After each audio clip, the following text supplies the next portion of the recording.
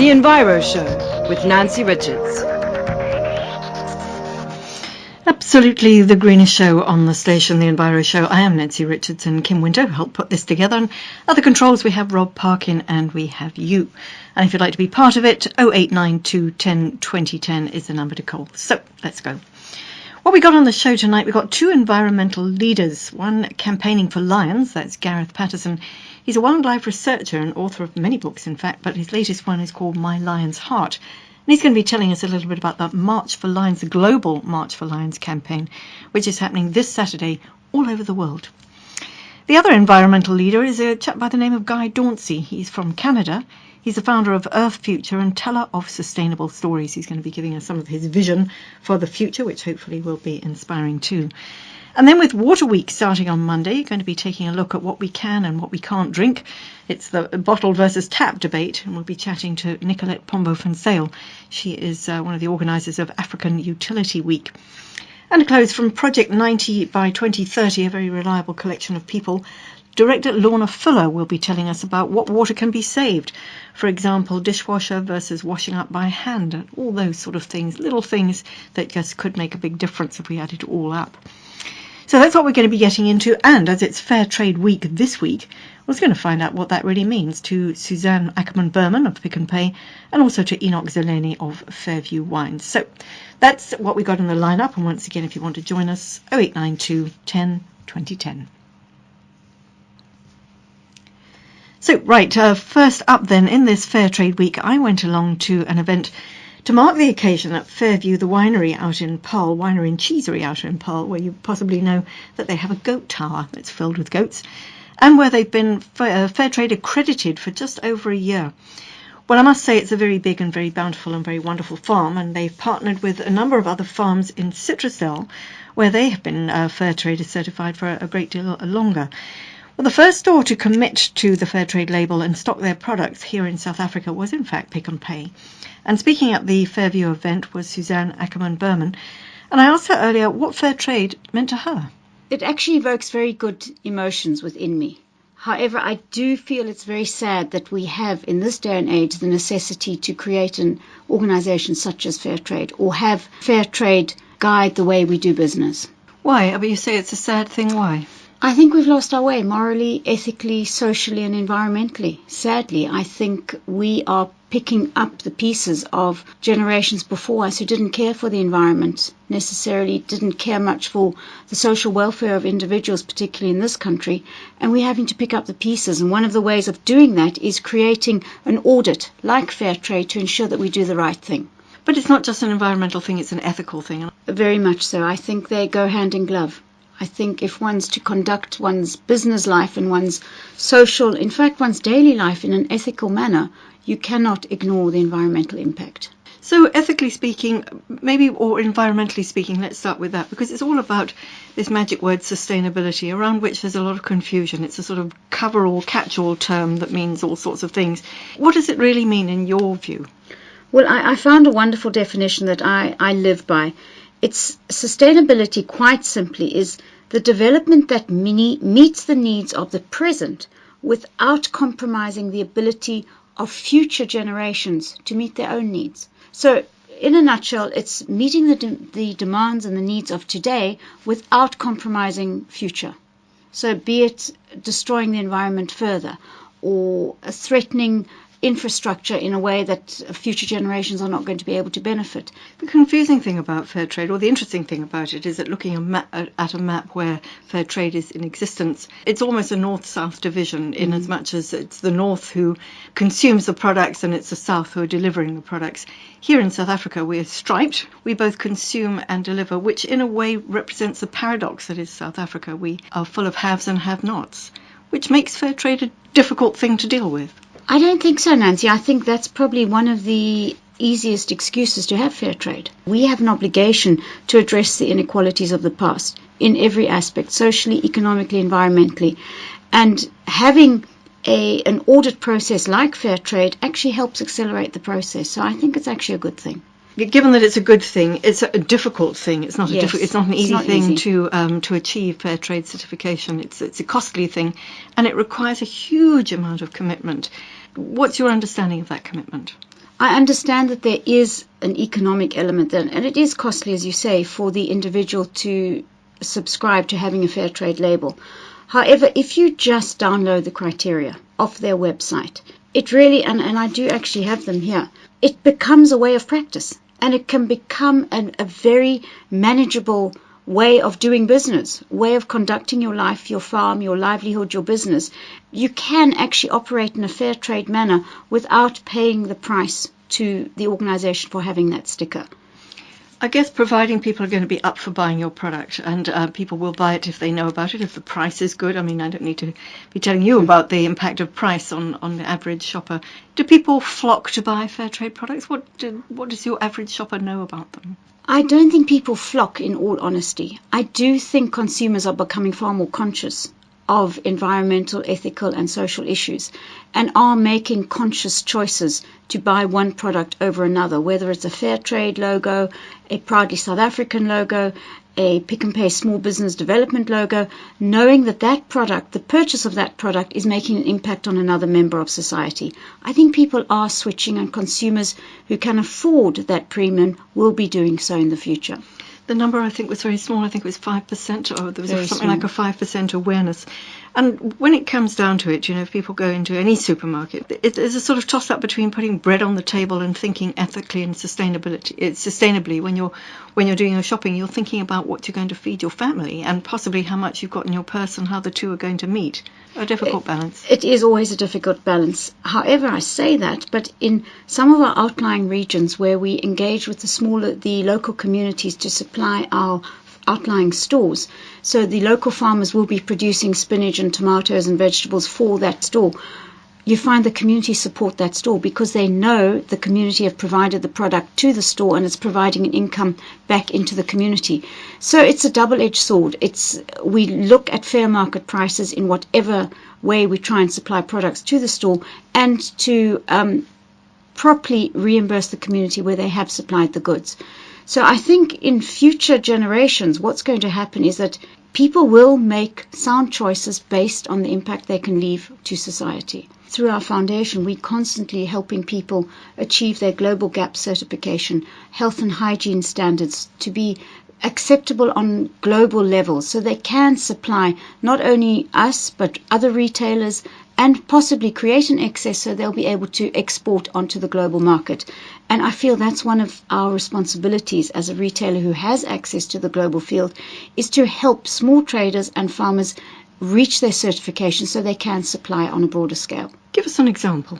Well, there's a fantastic example right on our own doorstep where the lady is not 100% fair trade certified. Her name is Anna Porza from Dreamland Piggery. Quite simply, she started a piggery on her own from 2 pigs, has grown it up into becoming the first only black female commercial pig farmer on the continent of Africa.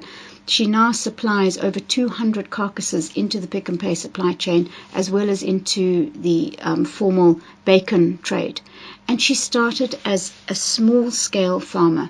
And through mentorship, skills development, partnerships with overseas embassies, the Danish embassy in particular, a partnership with one of the local banks, we helped her become a sustainable pork farmer. And she is a highly successful commercial pig farmer today. She's employing a lot of people. She employs, I think, over 100, and she's now engaging with her fellow farmers within the vicinity to supply into her facility as well, and teaching them how to become pig farmers.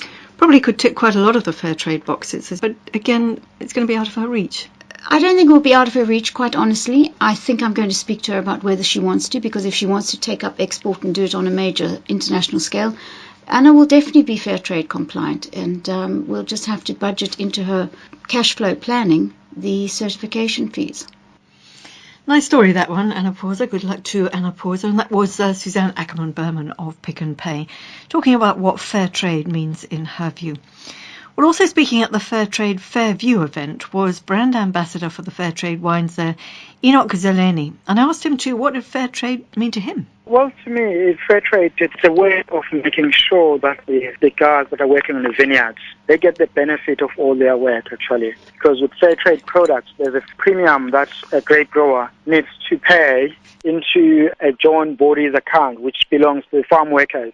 And the premium then the farm workers can use, they can utilize it to improve their lives where they actually live. I think that you're quite involved with some farms near Citrusdale where fair trade has been going for a long time. What is the situation there? That's correct. Fairview actually is kind of involved into a farm, into a wine cellar called Citrusdale Wine Cellar up in Citrusdale. And we've got a number of brands that are coming out there. There's two main brands that I can mention. The brand called Success, which is their own house brand. And there's a brand called Fair Valley. And the brand called Fair Valley is owned by the farm workers, by the Workers' Trust at Fairview. However, the wine is made in Citrusdale Wine Cellar. So now, in the way we work in Citrusdale, we've got a grape growers that we partnered with them, and they are fair trade accredited. So whatever wines we sell, then they get the premium from their grapes. And that premium has really helped a lot in order to drive projects on that farm. So there's a preschool that they have, there's a community wall that they built not long ago. And that community wall has been equipped with things like television. So just explain to me when you say that it's a premium. So with the sale of the wine, all of the money actually goes to the farm workers themselves? It actually starts from the actual grapes itself. So for every ton of grapes that a grape grower sells, about 600 rand, that needs to go back to the community. And then the community, that money presumably gets invested and they decide what they want to do with it? Absolutely. The community, they're the main decision makers on how to spend the fair trade premium. If they decide to use in paying bursaries for the children, that all depends on them.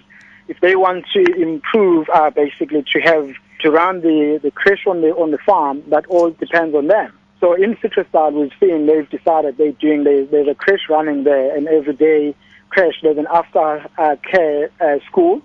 There's also a clinic that they just recently built. Also, what I'm more happy to say is actually the houses. They're all now fitted with solar heating geysers. And there's more than 42 houses that they're all fitted with warm solar geysers. How many people are actually benefiting then? There's about around 600 people that are actually benefiting from the fair trade premium.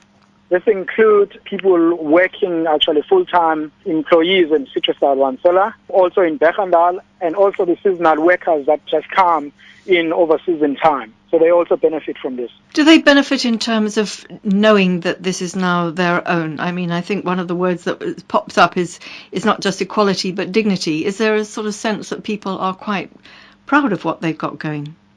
Absolutely. No, they and Citrusdale, because the projects they've been going for a long time, and the community, they've realized this is really working for them, and it's something that's meant to help their well-being and their way of living in the area. So they actually understand it, and they're happy to be part of it. Yes, indeed, and that was Enoch Gazilini, and he is brand manager for the Fair Trade Wines there at Fairview. Importantly, a range called Goats Do Roam, and the story that we heard was that the name came about after the goats that are in the tower actually escaped and munched their way through a very specific choice of grapes on the farm, resulting in the Goats Do Roam range. And these wines actually sell all over the world, and the money that is accrued from selling all over the world goes straight back to those farmers who are able to develop their community even further. Isn't that a wonderful story? Well, if you fancy knowing a little bit more about fair trade wines and fair trade, the label, and it seems that a very small amount of people do know, so if you'd like to equip yourself with that info, check their site, which is fairtradelabel.org.za, fairtradelabel.org.za. And if you want to know more about Fairview and their wines and their fair trade wines in particular, it's fairview.co.za, fairview.co.za. The Enviro-Show. Well, not so fair as the life of a lion, especially if you're if they're subjected to canned hunting. Gareth Patterson is our next guest. He is well known for his work on the African lion. He's an environmentalist. He's based in Knysna. He's also an independent wildlife researcher. And for more than 25 years, he's worked for the greater protection of African wildlife generally, and lions specifically. Well, Gareth's written lots of books, and his latest, called My Lion's Heart, I think is due for publication later on this year.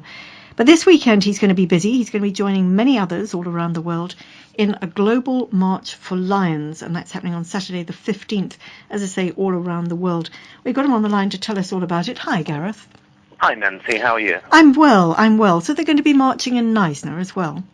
They're going to be marching in George. Okay, so you're going to be... up the road, you're that's the marched nearest one to here, and Okay. PE and across the country, yeah. Okay, and across the world.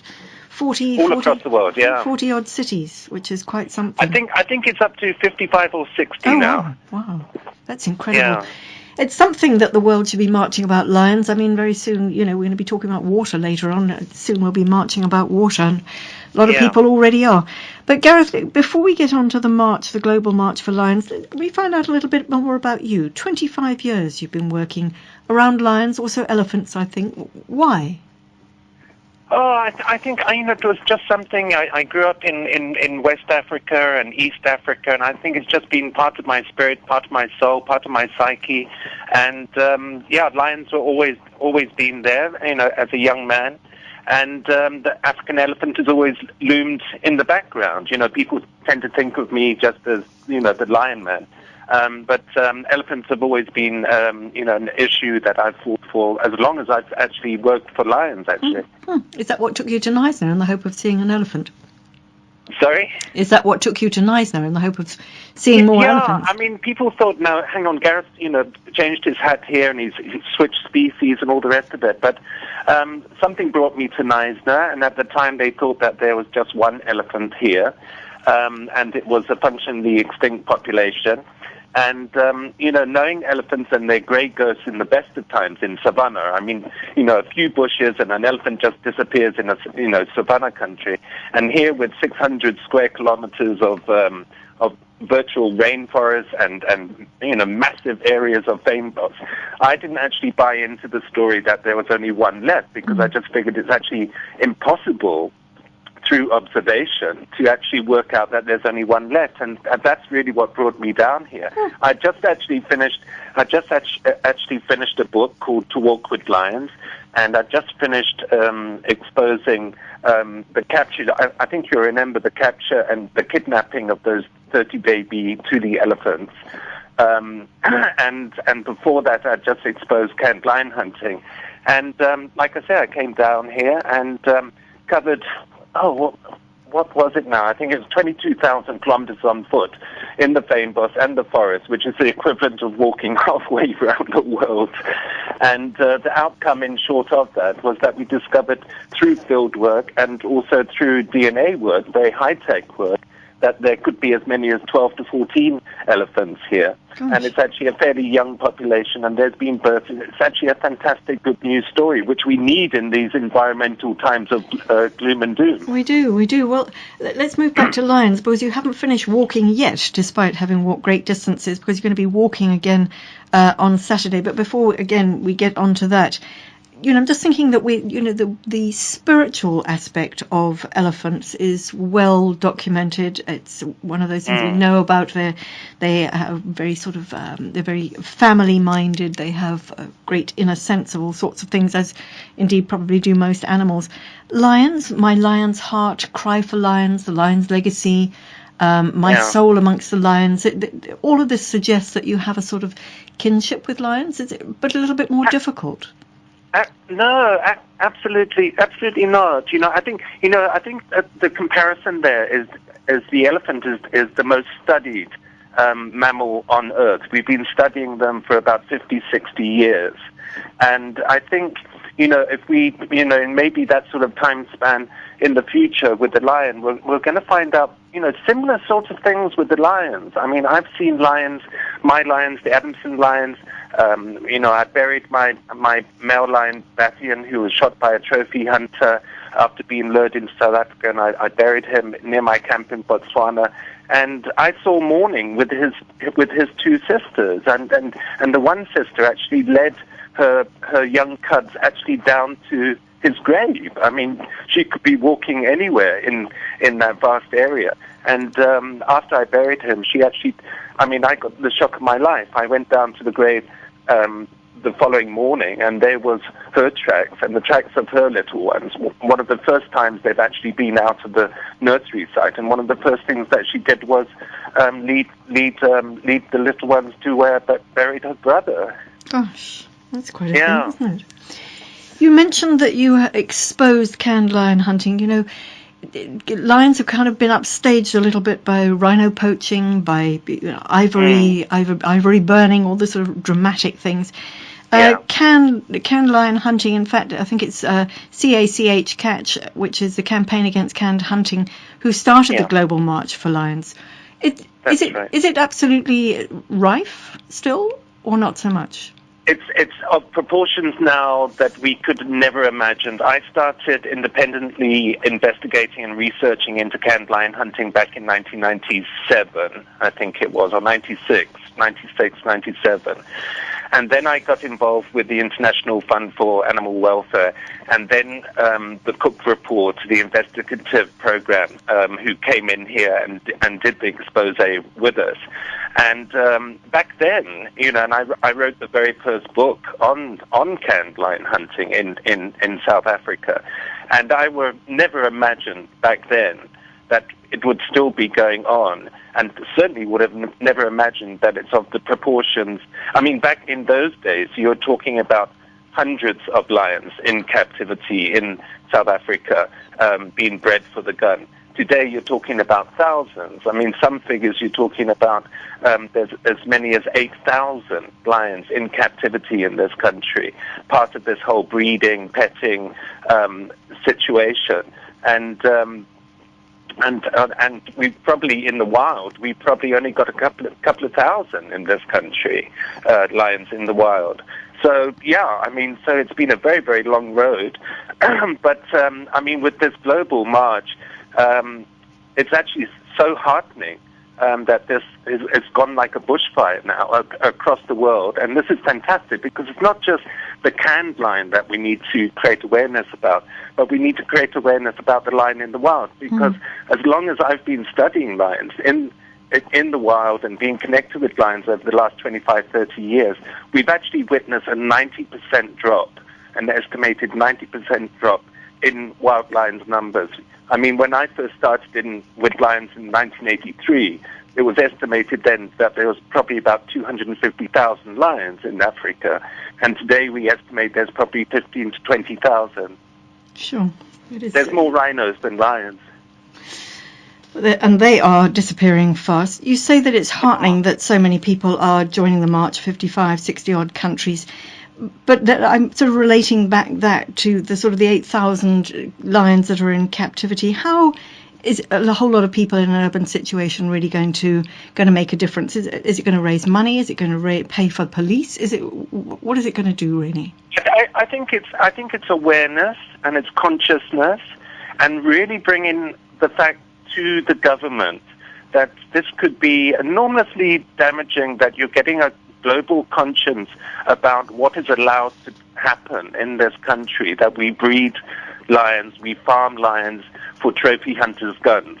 And, you know, it's really sending a very strong message to the government that this is, I mean, obviously ethically and morally it's wrong, but as far as our stature in the world and how people, you know, because South Africa likes to pride itself somewhat falsely on a very good conservation record, and I'm not being too harsh there, because we are actually in this country very, very harsh to our wildlife. You know, we've got a pro-rhino horn trade attitude. We had a pro-culling of elephant attitude. We had a pro-ivory trade attitude, very much a pro-hunting, so-called sustainable utilization attitude in this country. And we're actually very harsh. I'm not talking about the public. I'm talking about, you know, the hardcore so-called sustainable utilization sector here.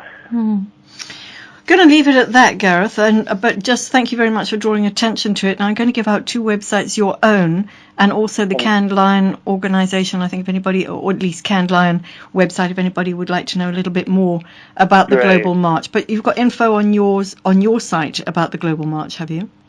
I haven't actually put it up at the moment. There might be something on the news section. And like I say, if you can put up the campaign against canned lion, or even better is actually the Global March for Lions website, which is www.globalmarch and then the number 4 lions.org. Global March for Global Lions. March and then 4 the number Lions. 4 Got it. lions.org, and it's very, very comprehensive. Fabulous. And shows what's happening across the world. Good. Lovely. Thanks very much, and very best of luck. I look forward to seeing your book when it comes out later in the year. Thanks Fantastic, a lot. Nancy. Take care. Okay. Cheers. Take care. Gareth Patterson, if you'd like to know more, check his website. It's garethpatterson.com, and his new book is called My Lion's Heart, scheduled for later on in the year. And if you want to know about the Global March, it's Global March 4, the number 4, lions.org. Global March 4 lions.org. Well, we have next another environmental leader. In fact, I think we could call him an environmental futurist or visionary. He's Guy Dauncey, and he is the founder of Earth Future. He's an author of many books. He's also the founder of something called the BC, that's British Columbia Sustainable Energy Association, founder and communications director. He's written lots of books, amongst them one called Stories for a Sustainable Future, also The Climate Change, 101 Solutions to Global Warming. And presently he's writing a book set in the year 2032. And it sort of encapsulates a vision of how the future could be if we do the right things. Well, let's find out what his vision really is. Got him on the line. Hi, Guy.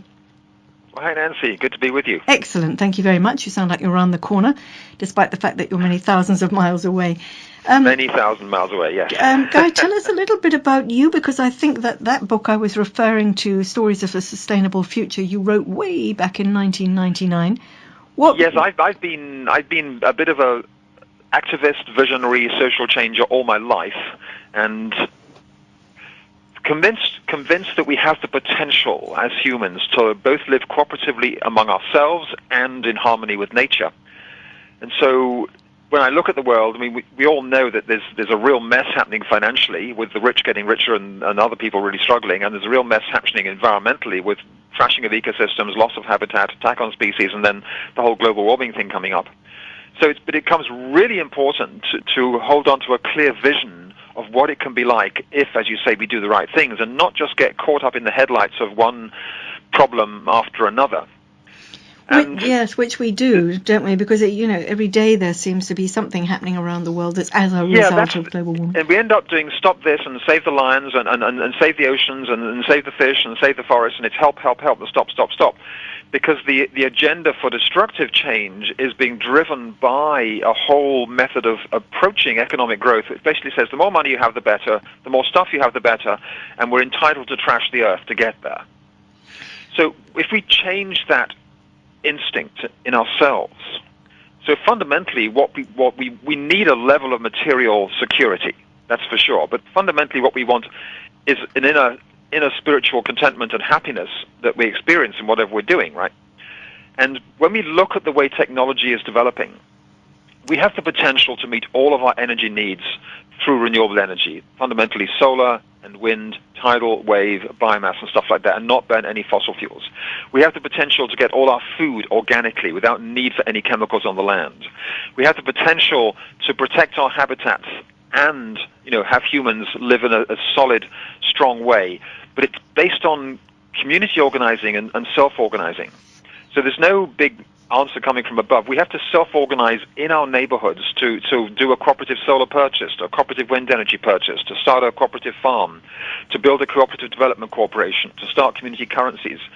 All these things we can do ourselves. And when you put them together, the future actually looks really positive.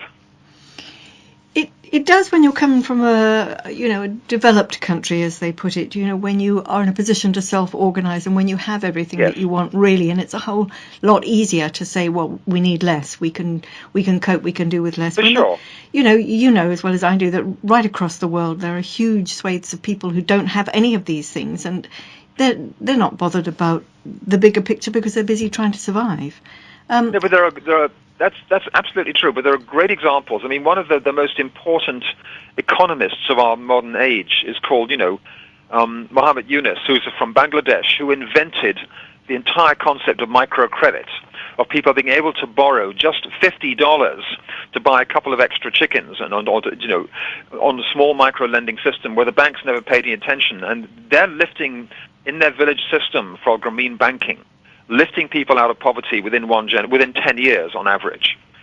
And so that's the normal banking system wanted nothing to do with people on lower incomes. They said they've got no collateral. And Yunus Mohammed turned that around and said their collateral is their strength as a village, their strength as a community of supporting each other. So the women who get the loans do so in groups of 5, and they help each other with their business development. So they're doing this, and this is now spread all around the world over a 20-year period. And I'm sure there's microcredit schemes in South Africa. Similar for solar energy, especially for villages and places that are not on the grid yet. It is more cost-effective to move to solar energy than burn kerosene for lighting.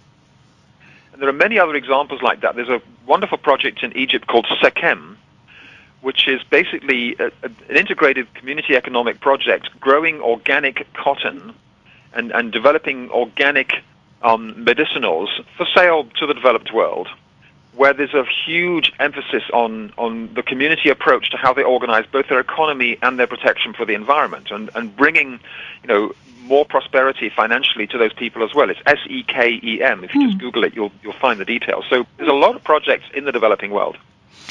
Interesting. We were talking about it, but I'm sure you know about fair trade.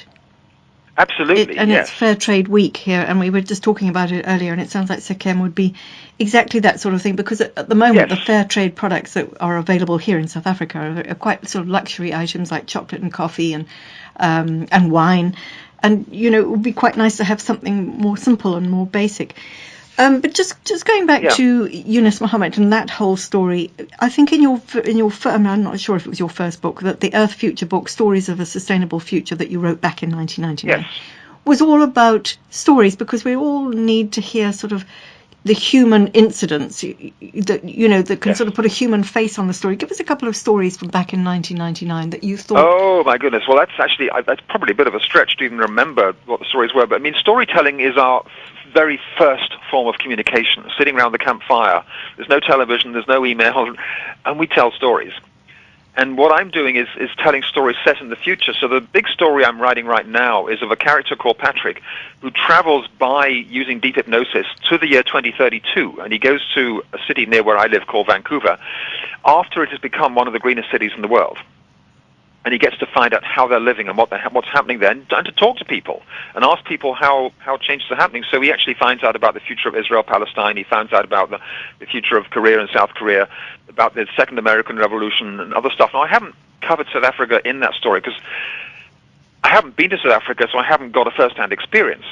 But I believe that there must be really creative, progressive-thinking South Africans who could take a township or a city and imagine going 20 years into the future and say, if we change the way we do banking, if we change the way we organize our businesses, if we change the way we grow food and trade among ourselves, what would that future look like?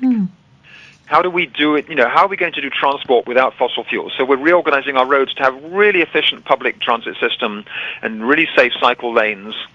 And, if you have safe cycle lanes, you don't need to buy a car. You can have car sharing. I actually founded the Victoria Car Share Cooperative, when people actually don't own a car, but they have access to a car when they need one. So that the cost of living reduces when you move to what we call the sharing economy, and you're growing your own food, you're sharing things like cars and other tools and equipment, and you're also having community-based banking, so that when interest payments are made, they go back to the public good and not to private sector. People who take the money off and put it in tax havens overseas. And we closed down the tax havens where the rich people are hiding their loot to avoid paying taxes, and things that are really antisocial, which all of us are influenced by and affected by negatively. We need somewhere listening to the radio right now. I'm hoping there's a writer who can be inspired to think, let's take on that task. Now, I spent 2.5 years, coming up 3 years, working on this vision for the future of Vancouver, because there's a lot of homework and research you need to do. But it's really creatively exciting. I never had such fun writing a book as with this current one. Well, it's not published yet. It sounds it's really nice to hear something about the future that isn't all doom and gloom. You know, we hear so much about sort of dystopias and that, you know, where everything is falling apart and, you know, the people are sort of limping around with terrible things happening to their bodies. The dystopia and the apocalyptic thing is totally out of control, and it's partly that the media they believe, and they're quite right, that we thrive on emergency and disaster and chaos and stuff like that. I mean, give a tiny example. Around the world every year, there's 1.25 million people die from road accidents. That's like 4 Boeings crashing every single day, and it gets no media. But one Boeing disappears into the sea, and we're all looking after it and concerned with it and chasing after it. And yet every day, so the media chases the dramatic, and the future hasn't happened yet, so it's not dramatic. But unless we had a vision of how to end the slave trade back in the 1800s, it would never have happened. Unless we had a vision of how to end apartheid, it would never have happened. We've got to clarify our vision for the future and really work on that. We do indeed. I can see here that you're full of all sorts of wonderful ideas. And you say that the media are very sort of hooked on all these ghastly stories. But I mean, just look at Hollywood. You know, how many movies come out of the things that all go wrong. Maybe we need to look at your book and see if there isn't something glowing and lovely ahead, or maybe not even glowing. The younger people also are doing less reading. They're actually watching more videos and movies. They're looking for the visual images. So we actually have to have artists who can and movie makers who can create a decent fictional novel set in Cape Town in the year 2032 with drama and with characters that can show that different future and how good it could be, to go and set it in a township. Start with a place that's really struggling with corrugated iron roofs, and show the transformation of one small township like that. Well, hopefully that'd be such an exciting story. Well, hopefully it will be a reality. Never mind an exciting story. They could make it a reality, and a project like that, you could crowdsource the funding to get the finance necessary to make it. Once you need some you need good researchers to do on the ground the practical stuff around economics and finance and environmental and farming. You need a good storyteller who can create plot, and you need financing to make a movie of it. And then you take it to the Oscars. Excellent. Well, thanks for the heads up on that one, Guy. And I must tell you, actually, Cape Town is the design capital of the World Design Capital this year, and there are quite a lot of very, very forward-looking projects which are doing good things. Guy, no doubt we'll speak again. In the meantime, I'm going to give out your website because I suspect there's all sorts of interesting stuff on it, which is earthfuture.com. Is that right? Yeah, earthfuture.com. I own the domain for the future of the planet, he said. Just quickly. Lovely. Guy Dauncey, thank you very much. Keep it up and good luck for you. Keep it up too. Lovely. Thanks very much. Take care. Bye. Want to know more? Guy Dauncey, Earth Future, and the website is earthfuture.com. So check it out. I'll try and put that up on our Facebook page if you want to have a quick look at that. Guy Dauncey, earthfuture.com. The Enviro-Show on SA-FM. Well, after all this positive thought, it's quite nice to think that, yes, that we can possibly have a future, and it could be a very wonderful future too. So if there are any movie makers or storytellers out there who want to look at the possible glowing future that we could be having, let us know. Pop us a mail. We're at enviro@safm.co.za, or find us on Facebook. It's The Enviro Show on SA-FM. Well, finally on the show tonight, a bit of a heads up on Water Week, which starts next Monday. So let's start with the basics. What can we drink? The debate between tap water and bottled water goes on and on and on. Which and when is okay? Well, in a minute we're going to be talking about the dishwasher versus hand washing up debate as well. So let's start with the what can we drink, what should we be drinking? We've got on the line Nicolette Pombo-Van Zyl, and she is the Programme Director for Africa Utility Week, which is coming up in May, I think. Hi, Nicolette. Hi, good evening, Nancy. Yes. Oh, goodness me, you do sound echoey. Can you hear me all right? Yes, I can. Good. African Utility Week coming up in May? That's right. It's taking place on the 13th and 14th of May. And also on the 12th of May, we have what we call focus days, where we look at specific topics. And then on the 15th of May, we have site visits where we take people around to learn more on hand what they have received from the conference days. Okay, so educational as much as anything else. Talking of educational, National Water Week coming up next week. Is it something that we see, yep, tick it on the calendar, that's it, hello, goodbye, and then it's all over? Is there a way that we could be a bit more serious about it? Absolutely. I'm sure that everybody knows about Earth Hour. It's promoted in the news every year. And with National Water Week, we are heading towards the same thing, where we need to really look at changing our habits to become more sustainable, looking at water resources and how we use it in our homes as well. And it needs to not just be National Water Week, but something that is looked at throughout the year in your household.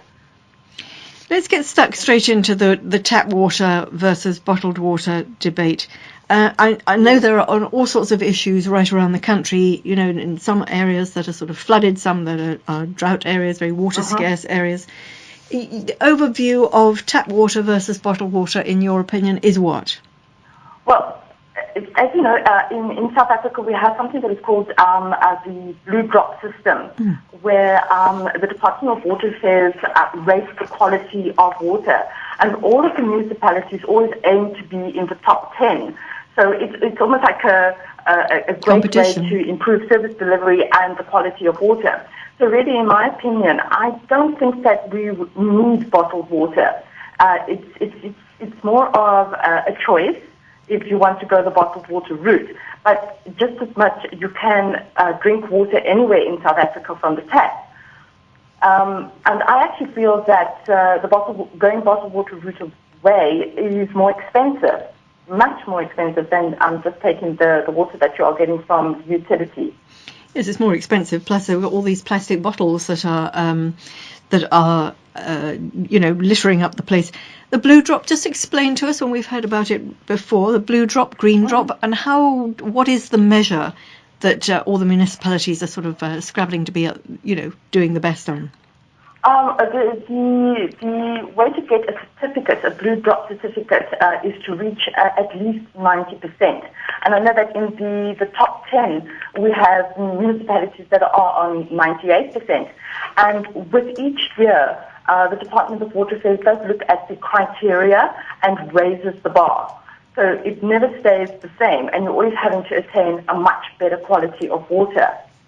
So if, for instance, if you are using bottled water because you feel that there is too much chlorine in your tap water, you must always report it to your municipal office so that they know about it, and then they can improve on that.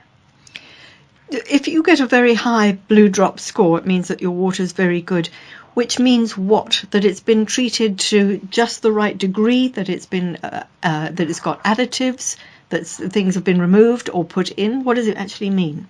It means that they've rated it by actually testing the water to see what are the microbes in the water, what is the chemical component, what have they done to improve the quality of the water and the distribution of the water. Also looking at algae in the water and looking at also the treatment of the wastewater, which is more of your green drop. So there's various things that they are rating in terms of that water. The difference between green drop and blue drop is? Blue drop is your tap water, and green drop is your wastewater. Oh, okay. Yeah. So you say that if you can taste there's too much chlorine, you should let your municipality know. Otherwise, would you have any? I mean, if you're just drinking water from the tap without thinking about it, would you have any other indicators of whether it's good or bad? I mean, there's also issues around lead in the water where pipes are old. That's right.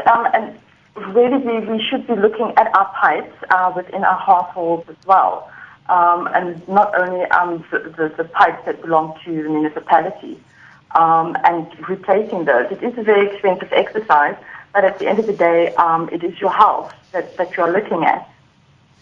Just going back to the bottled water debate, I suppose, as you say, it is a matter of choice, and you can buy it because you can, and you go into a supermarket and there's any number of different labels. Whether or not the water itself is really any different, who knows? Is it part of an education thing? I mean, certainly in some areas where the tap water is very, very good, is it perhaps a matter of some sort of education from somebody, whether it's the Department of Water or whomever, that bottled water isn't necessarily any better for you? could it be that, the people who are producing bottles of water may rise up against that because people are making quite a lot of money out of bottled water? It is a very big industry, yes. So I do see that if there was a big campaign against bottled water, that would happen. But as you say, in South Africa, it is a choice that we have. If you go across our borders, it's sometimes not a choice where people have to buy bottled water in order to survive. But here in South Africa, if it is something that you would like to do, there's no way that anybody could stop you. Nicolette, can one find out a little bit more about water on your website, the African Utility Week, or not necessarily? Not necessarily, no. But at the conference, we have a very big expo where we have vendors looking at water metering, water treatment, and we also have workshops on the exhibition floor. Some of the presentations will have a look at water treatment using, for instance, copper coils, which is very interesting, and a whole different topic. And then also looking at water-intensive companies such as SAB Miller and Coca-Cola, and how do they go about reducing the amount of water that they need in order to come up with these fantastic products that they have. Yeah. Did you say copper coils? Yes, copper coils. Okay. Definitely a subject for another day, but can you just explain to us very briefly how that works? It's a very simple system, actually, where the copper coils are inserted into water that would be needed to be treated, and it's using a very specific container, and after a couple of hours, that water then it can be filtered to use as you would tap water. So it's another sort of filtration system. I mean, there are all sorts of water filter systems. We're back to the commercial industry again, aren't we? And tablets and things. But copper is a way of purifying water as well. Yes. And it's I believe, very cheap. A cheap way of doing, especially if you're looking at, for instance, a company that requires a certain standard of water, and not just in a household. Well, something to look forward to, something to look into, certainly here on the Enviro-Show. In the meantime, Nicolette, thank you very much. Very best of luck, and look forward to more about the African Utility Week, which will be happening where? In Johannesburg?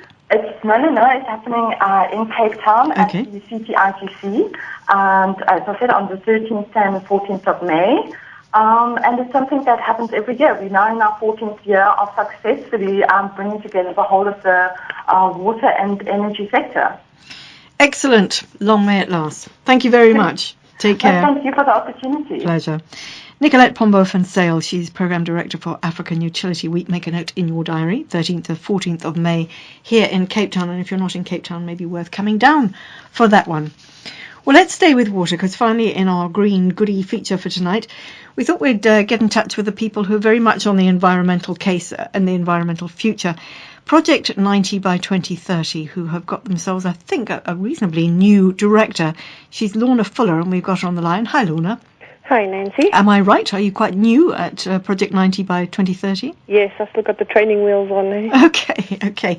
Well, we thought you might give us a bit of some news about household appliances and whether it's a good thing to use a dishwasher or do the washing up by hand, use a washing machine or do your washing by hand, all those sort of things. But just before we do, Lorna, as a newbie at the project, 90 by 2030, just explain for those of us who don't know. Well, Project 90 by 2030, we've got a very unusual name, and it's meant to spark some debate when people talk about us.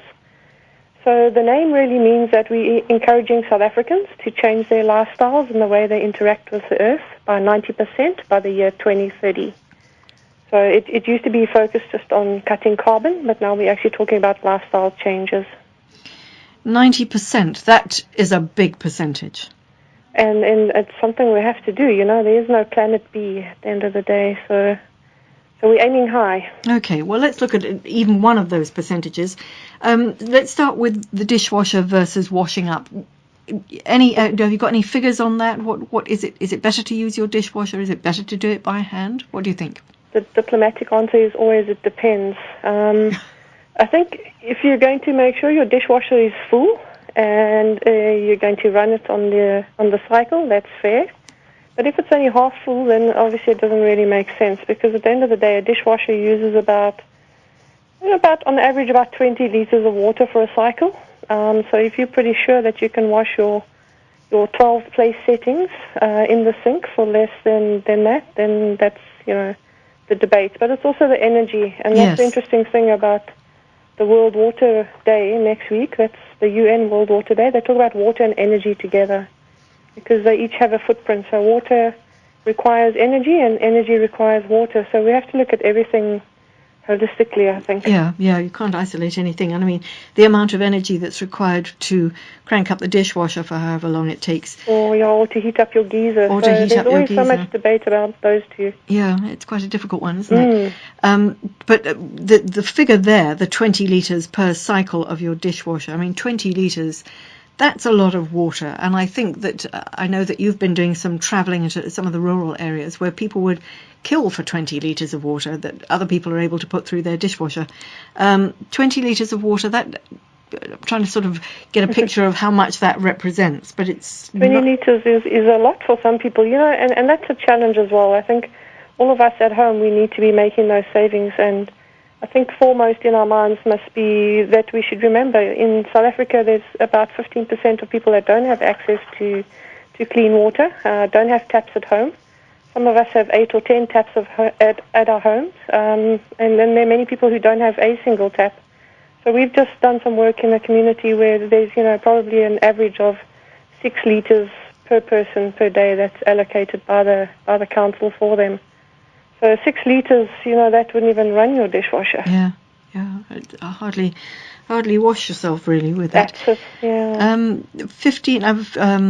20 litre per cycle. I'm thinking the other, you talk about some people having 6 or 7, 8, however many taps in their home. Some people have 3 or 4 toilets in their home. Some people have none. And if I'm not mistaken, I think a flush is, how many litres of water does a toilet flush take? Well, it also depends on your system. Some of the newer systems obviously use a lot less water. So it can vary between 6 to 10 litres, depending on how new your system is. And also with your dishwasher, I'm saying 20 litres is an average, but the newer dishwashers are coming down to about 15 litres. So again, it's all depending on your make of appliances. The newer appliances are obviously more water and energy efficient, but we can't all afford new appliances all the time. So it all adds up at the end of the day, It's the are there any sort of standards on appliances? I mean, I'm thinking fridges, dishwashers, washing machines, microwaves. Are there any sort of environmental standards that we should be looking out for? Yeah, when you buy them now, they've got the energy ratings on, and you've got an A+ and those kind of energy ratings. So it's a really good idea before you go and buy an appliances to actually do a little bit of research and see what's available and what it is that you can use, because you obviously want one that's going to use less electricity, because it's going to save you money in the long run. And obviously less water would also be useful. Give us a couple, we've got another minute, give us a couple more tips. I mean, let's move out of the kitchen, elsewhere in the home. Any other ways in which we can be doing our bit to conserve water? Yeah, I did something really simple at my little house. I installed a rainwater tank, and I was using that water to water my veggies, so that was really useful. And you'd be surprised how much water you catch, even when it seems like it's not the rainy season. There's a lot of condensation coming off the roof. We can be using our grey water. When you running the water in your sink at home, put a little bucket in there and catch the cold water before it's heating up, and you can use that water for something else. Using your water in your garden, reusing some of your grey water. For those of us who are a little bit more fortunate, you can buy grey water systems. They hook up to your bath water and flows directly into your garden, so you don't even have to do all the hard work of scooping it out. The rainwater that you harvest, again, does that need to be filtered? Does that need, if you put it on your garden, presumably it's okay, but it's not water that you could necessarily drink, is it? No, it's not great to drink, but the little tank that I installed actually comes with a really nice filter, not a filter, but a mesh on it, which filters out all the big stuff. So the water is really pretty much clean all the time. Great for the garden. I think the plants do really well on rainwater compared to municipal tap water. Well, we're going to leave it at that, Lorna, but no doubt we'll talk again. And I believe that you come to Project 90 by 2030 from Johannesburg Zoo, where I'm sure the animals know exactly how much water they should and shouldn't be drinking. I'm sure they do. Quite a switch of a job. Lorna Fuller, thank you very much. And I'm going to give out your website because I know there's lots of info on that. So let me do that. That's Lorna Fuller, Director at Project 90 by 2030. And if you want to check their site, it's 90, that's 90, the numbers 90x, as in by, 2030, also numbers.org.za, 90 by 2030.org.za. And if you want to find us, we're at The Enviro-Show on SA-FM on Facebook. Well, that's it. Thanks very much, team. That's Kim Winter and Rob Parkin. I'm Nancy Richards. And up next, guess who's standing by, waiting with his finger on the music button or the news button? Stephen Coker. I actually switched on the dishwasher before I came to work because it was 9 o'clock. I'm watching the energy thing. I don't know. You always seem to end up with some stuff which can't go in the dishwasher anyway. But I was only liberated from doing the washing up about 18 months ago, so having a dishwasher available is a luxury I'm prepared to sacrifice something else for. Anyway, just gone 10 o'clock with you until midnight is the nighttime music session. But first,